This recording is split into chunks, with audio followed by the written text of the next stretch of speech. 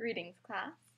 My time since last week has been filled completely with many wholesome and well-spirited charity work and positive community events that Delta Epsilon is committed to putting on for our fellows. In fact, we have been so incredibly busy with our noble projects that each member of Delta Epsilon is logged at all times as doing some sort of community project, which has been signed by senior officials. We are quite the noble sort. As for this week's topic of what we like and what we don't like about school, I shall simply say that I dislike almost all of you. I rather despise having to be forced to interact daily with such lowly swines, without even being credited for the community service hours. The only decent one in the bunch is my young friend Severus, who, despite his unfortunate family name and unkempt appearance and lack of family fortune, and inability to distinguish himself amongst his peers, is a rather interesting fellow who I think will do quite well as long as I can continue to teach him a thing or two. I'm glad I've made a friend. And, as another positive, I have found solace in my books, as I often do. This semester I am taking a class in political philosophy, which is simply marvelous. I have found a kindred spirit in Aristotle.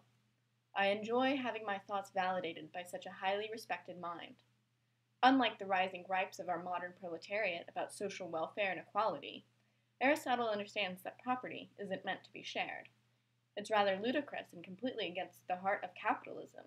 Every man for himself, and he who is best shall profit, as Aristotle says in his book on politics.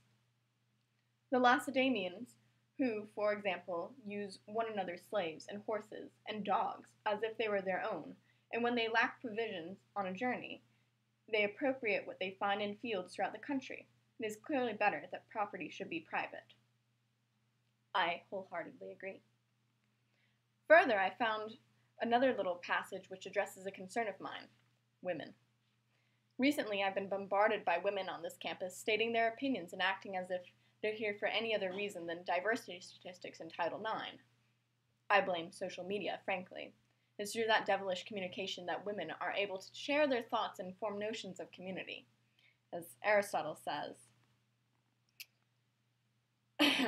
the courage of a man is shown in commanding, and a woman in obeying. All classes must be deemed to have their special attributes. As the poet says of women, silence is a woman's glory, but this is not equally the glory of man. And my, oh my, am I a glorious man. To be honest, I think our modern notions have gotten the best of us. We need to return to a more pure and basic understanding of gender roles in our society, and 300 BC seems just the place to start. Have a good week. Bye, folks.